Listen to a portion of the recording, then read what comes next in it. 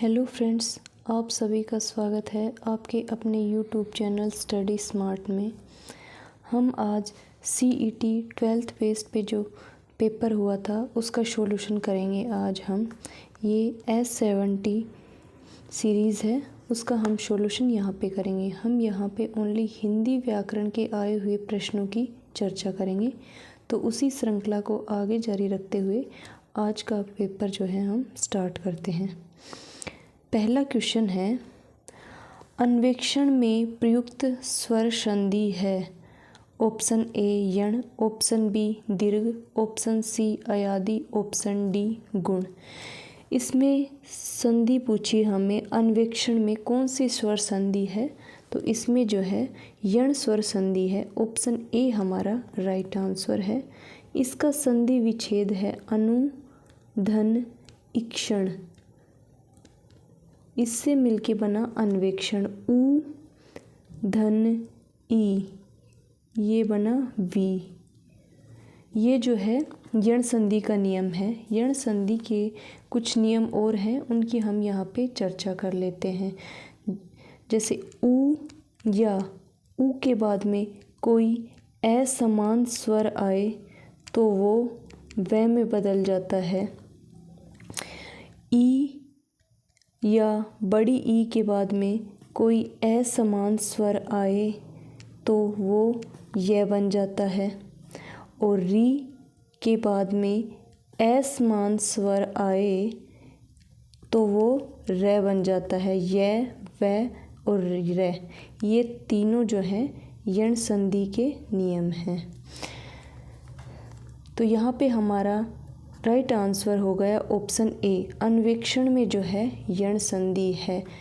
ऐसे ही कुछ दीर्घ संधि के नियमों पे चर्चा करें हम। दीर्घ संधि में जो है ए या आ के बाद में ए या आ आए तो वो आ हो जाता है। ऐसे ही ई या ई के बाद में ई या बड़ी ई आए तो वो बड़ी ई हो जाती है। ऊ या ऊ के बाद में ऊ या बड़ा ऊ आए तो वो बड़ा ऊ बन जाता है। आ ई ऊ, ये जो है दीर्घ संधि के नियम हैं। गुण संधि के नियमों की चर्चा और कर लेते हैं हम यहाँ। गुण संधि में जो है ए या आ के बाद में ई या बड़ी ई आए तो वो ए हो जाता है। ए या आ के बाद में ऊ या बड़ा ऊ आए तो वो ओ हो जाता है। ए या आ के बाद में री आए तो वो अर हो जाता है। ए ओ अर, ये तीनों जो हैं ये गुण संधि के नियम हैं। ऐसे ही अयादि संधि पे चर्चा करें हम। अयादि संधि में जो है ए आई ओ और औ, ए आई ओ औ के बाद में असमान स्वर आए तो वह क्रम से अय आय आओ और आओ हो जाता है। अयादि संधि में जो है ए आई ओ औ के बाद में कोई भी असमान स्वर आए तो वह क्रम से अय आय औ आओ हो जाता है। ये जो है अयादि संधि के नियम थे। तो यहाँ पे हमने सभी संधियों के नियमों पे सरसरी तौर पे चर्चा कर लिया है। तो यहाँ का पहला राइट आंसर है हमारा ए। नेक्स्ट क्वेश्चन है, निम्नलिखित में से किसमें स्वर संधि नहीं है। ऑप्शन ए मतैक्य, ऑप्शन बी भवन, ऑप्शन सी नायिका, ऑप्शन डी शब्द।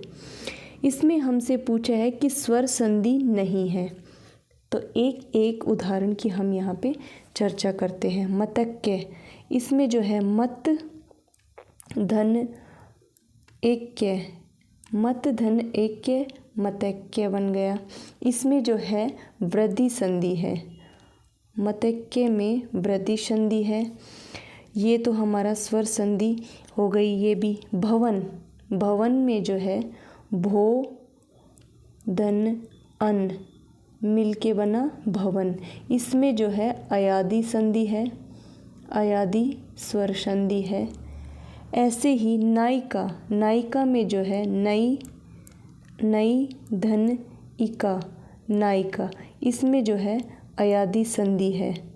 नायिका में जो है अयादी संधि है। नई धन इका, नायिका, इसमें अयादी स्वर संधि है। शब्द, शब्द में जो है स्वर संधि नहीं है, तो इसलिए ऑप्शन डी ही हमारा राइट आंसर है। इसमें स्वर संधि नहीं है, इसमें जो है व्यंजन संधि है। सप धन द मिलके बना शब्द, तो यहाँ पे ऑप्शन डी हमारा राइट आंसर है।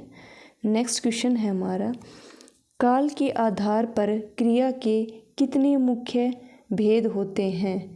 इसमें पूछा है कि काल के आधार पर क्रिया के कितने भेद होते हैं, तो इसका राइट आंसर है ऑप्शन बी, 3। काल के आधार पर क्रिया के 3 भेद होते हैं। नेक्स्ट क्वेश्चन है हमारा, और प्लीज़ वीडियो को ज़्यादा से ज़्यादा लाइक, शेयर और सब्सक्राइबर करना। निम्नलिखित में अन्य पुरुषवाचक सर्वनाम है। ऑप्शन ए हम, ऑप्शन बी मैं, ऑप्शन सी वे, ऑप्शन डी आप। इसमें हमसे पूछा है कि अन्य पुरुषवाचक सर्वनाम जो है कौन से ऑप्शन में है, तो इसमें अन्य पुरुषवाचक सर्वनाम है वे, तो ऑप्शन सी जो है हमारा राइट आंसर है। हम, मैं और आप, ये अलग अलग पुरुषवाचक सर्वनाम हैं। उत्तम पुरुषवाचक सर्वनाम जो है ये 3 प्रकार का होता है, उत्तम पुरुष, मध्यम पुरुष और अन्य पुरुष। उत्तम पुरुषवाचक सर्वनाम में आता है मैं, मेरा, मैं, मेरा, मेरी, मुझे, हम, हमारा, हमारी और हमको। मध्यम में होता है, मध्यम पुरुषवाचक सर्वनाम में होता है तू, तुम, तेरा, तेरी, तुझे, तुम्हें, आप और आपका। और अन्य पुरुषवाचक सर्वनाम में जो है ये होता है यह, वह, वे, ये, इसे, उसे, उन्हें, उनका। तो उत्तम में मैं, मेरा, मेरी, हम, हमारा। मध्यम में तू, तुम, तेरा, तुझे, आप। और अन्य में यह, वे, ये, इसे, उन्हें।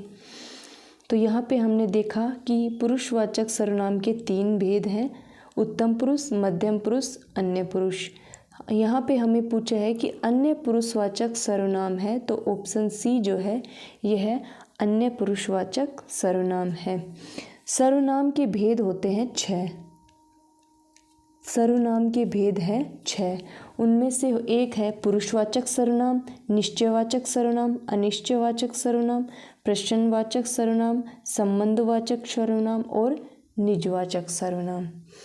नेक्स्ट क्वेश्चन है हमारा, निम्नलिखित में जातिवाचक संज्ञा नहीं है। ऑप्शन ए ठगी, ऑप्शन बी विद्वान, ऑप्शन सी गांव, ऑप्शन डी सती। इसमें हमसे पूछा है कि जातिवाचक संज्ञा जो है नहीं है, तो इसका राइट आंसर है ऑप्शन ए। ठगी जो है इसमें जातिवाचक संज्ञा नहीं है।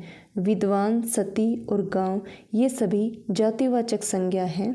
जातिवाचक संज्ञा में जो है विद्वान हो गया, सती हो गया और गांव हो गया।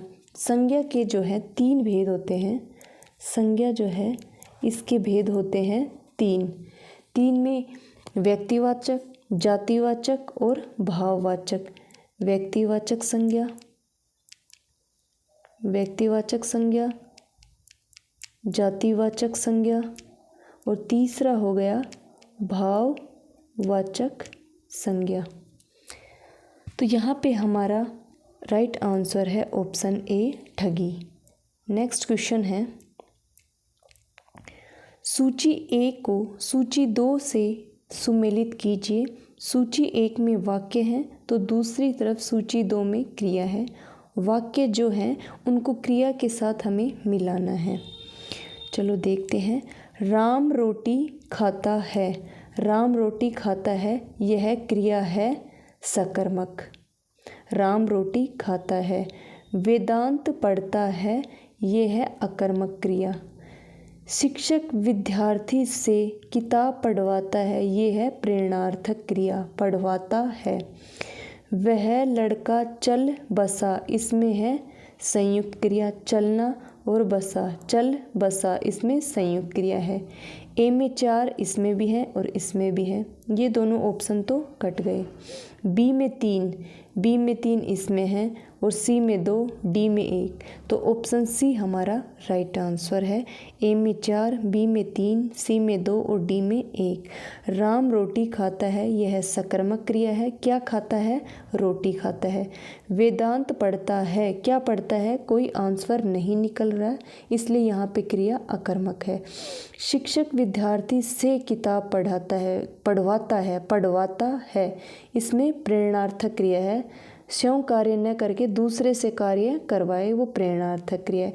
वह लड़का चल बसा, इसमें संयुक्त क्रिया है। तो यहाँ पे हमारा राइट आंसर हो गया ऑप्शन सी। नेक्स्ट क्वेश्चन है हमारा, सूची 1 को सूची 2 से सुमेलित कीजिए। सूची 1 में शब्द हैं तो दूसरी तरफ सूची 2 में विपरीतार्थक शब्द हैं।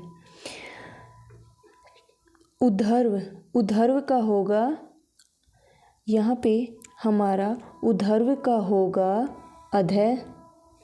अवसान का होगा आरंभ। तिक्त का होगा मधुर और सुधा का होगा गरल।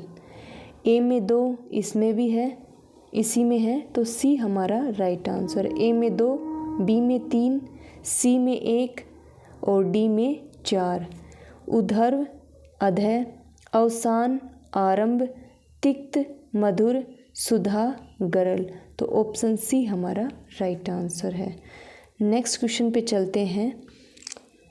धीरे धीरे में कौन सा समास है? ऑप्शन ए अव्ययी भाव समास, ऑप्शन बी कर्मधारय समास, ऑप्शन सी द्वंद्व समास, ऑप्शन डी द्विगु समास। यहाँ पे हमसे पूछा है कि धीरे धीरे में कौन सा समास है, तो यहाँ पे हमारा समास होगा अव्ययी भाव समास, तो ऑप्शन ए हमारा राइट आंसर है। धीरे धीरे में अव्ययी भाव समास है, इसका जो है समास विग्रह होगा धीरे के बाद धीरे। अव्यय भाव समास कौन सा है? इसमें जो है ये समास अवयव की आवर्ती से बना है, अव्यय की आवर्ती से बना समास, अव्यय की आवर्ती से बना समास हो गया ये धीरे धीरे। और संज्ञा की आवर्ती से बना समास का उदाहरण देखें तो ये है घड़ी घड़ी।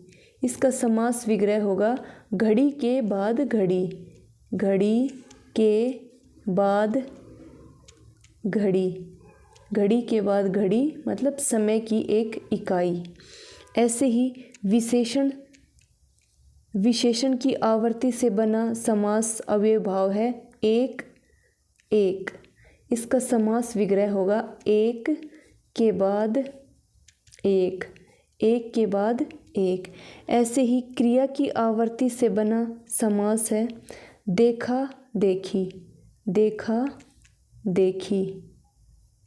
देखने के बाद देखना, देखने के बाद देखना। यहाँ पे कुछ जो थे अव्यय भाव समास के उदाहरण थे।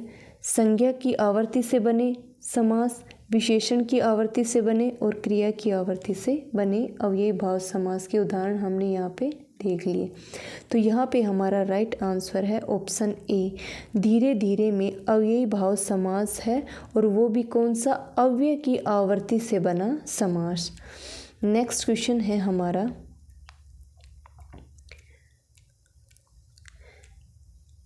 जिसके समान दूसरा नहीं है वह इस विग्रह के लिए समस्त पद होगा।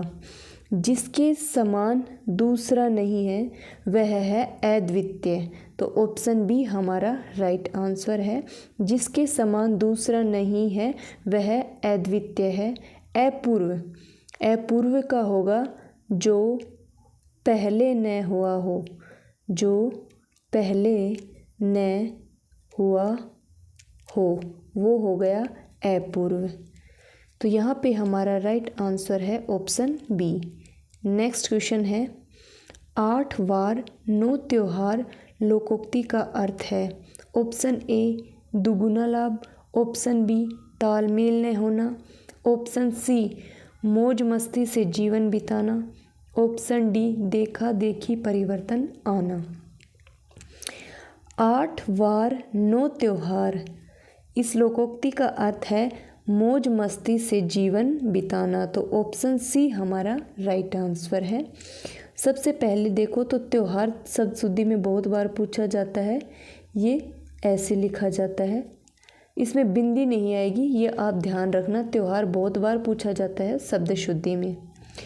दुगुना लाभ, इसके लिए लोकोक्ति है आम के आम गुठलियों के दाम। तालमेल न होना, कोई ईरघाट तो कोई बिरघाट, ये इम्पोर्टेंट है, ये देख लेते हैं हम। कोई ईरघाट, कोई ईरघाट तो कोई बिरघाट, ये आया हुआ क्वेश्चन है। तालमेल न होना, इसका अर्थ है कोई ईरघाट तो कोई बिरघाट। ऐसे ही देखा देखी परिवर्तन आना, इसका अर्थ है खरबूजे को देखकर खरबूजा रंग बदलता है, इसके लिए लोकोक्ति ये है। दुगना लाभ के लिए है आम के आम गुठलियों के दाम। नेक्स्ट क्वेश्चन है कार्यालय पत्र में अधोलेख में प्रयुक्त होने वाला शब्द है। ये पहले भी पूछा गया था, आज फिर से पूछा गया है। कार्यालय पत्र में अधोलेख में प्रयुक्त होने वाला शब्द है भवदीय। ऑप्शन बी हमारा राइट आंसर है। भवदीय है, आपका विश्वास पात्र है। ऐसे ही संबोधन में जो है कार्यालय पत्र में संबोधन में प्रयुक्त होता है महोदय। इम्पोर्टेंट है, काफ़ी बार पूछा गया है ये भी। संबोधन में महोदय और अधोलेख में भवदीय या आपका विश्वास पात्र। नेक्स्ट क्वेश्चन है अनेकार्थी शब्द पतंग का निम्नलिखित में से एक अर्थ नहीं है। यहाँ पे पूछा है पतंग का एक अर्थ नहीं है। पतंग का अर्थ बादल भी होता है, सूर्य भी होता है और फतिंगा भी होता है। पक्षी सूर्य और फतिंगा होता है लेकिन बादल नहीं होता है, तो ऑप्शन सी हमारा राइट आंसर है। ये पतंग का अनेकार्थी शब्द नहीं है। पतंग के अनेकार्थी शब्द और देखें तो होगा गुड्डी, गुड्डी पक्षी हमने देख ही लिया, टिड्डी, फतिंगा भी देख लिया, कनकौआ, कनकौआ,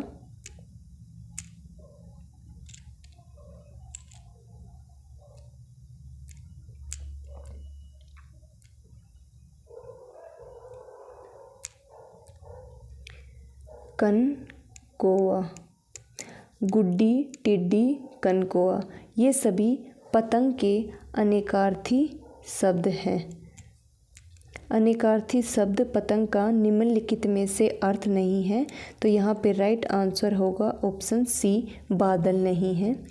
बादल जो है ये खग का अनेकार्थी शब्द है। खग, खग के और अनेकार्थी शब्द हम देखें तो पक्षी हो गया, वायु, पक्षी, वायु, बाण हो गया, ग्रह हो गया और देवता,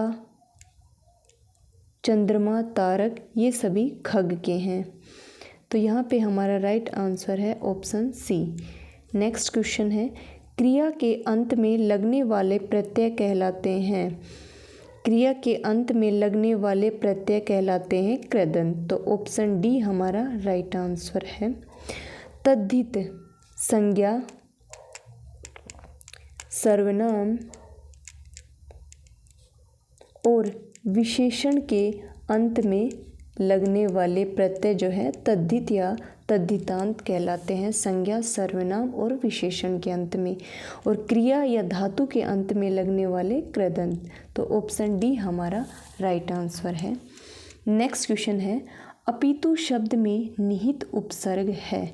अपितु में उपसर्ग है अपि, तो ऑप्शन बी हमारा राइट आंसर है। नेक्स्ट क्वेश्चन है, और वीडियो को ज़्यादा से ज़्यादा लाइक करना, शेयर करना और सब्सक्राइब करना। निम्नलिखित में से जलद, जलज शब्द युग्म का संगत अर्थ है। जलद देना बादल, और जलज जन्म लेना जय, जल में जन्म लेने वाला कमल। तो ऑप्शन सी हमारा राइट आंसर है, जलद बादल जलज कमल। नेक्स्ट क्वेश्चन है,